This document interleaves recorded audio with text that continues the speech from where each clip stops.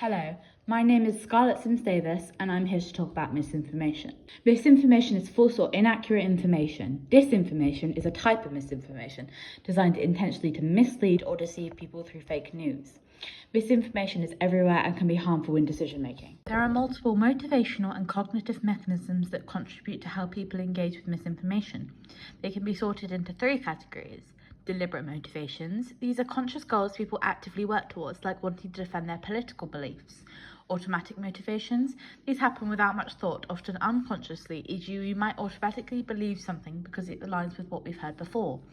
Cognitive fallacies. These are thinking mistakes that lead to incorrect conclusions. They make it harder to judge information accurately, causing people to believe false information.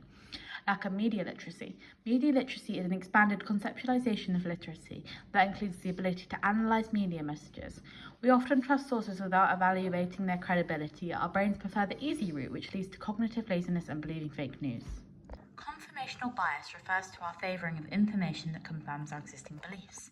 This leads to echo chambers where we only consume information that reinforces what we already think, ignoring contradictory viewpoints.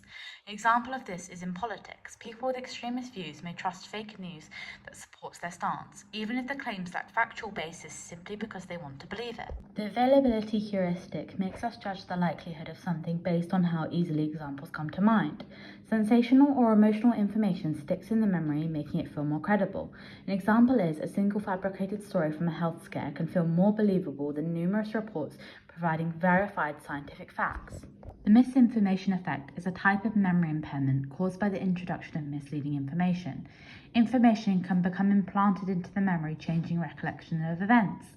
Elizabeth Lotus found that asking questions after witnessing an event can influence a person's memory of that event.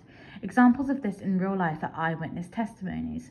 Witnesses discussing the events with another can lead to distortion in memory and inaccurate testimonies. Ways we can fight the spread of misinformation. Debunking is the correction of misinformation. It can be used after people are exposed to misinformation, as it refutes it and replaces it with facts. Pre-bunking seeks to prevent people from falling for misinformation in the first place. This is commonly done through psychological inoculation. Psychological inoculation was a theory proposed by William J. Maguire in 1961, but my information stems from an article published by a group of psychologists in SagePub.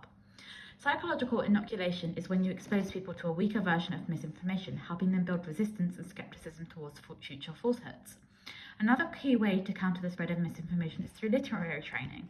As I mentioned earlier, this can be done through taught skills in schools like literary analysis to see why the piece of information was published, by who it was published, and what are the statistics or evidence to back up the claim.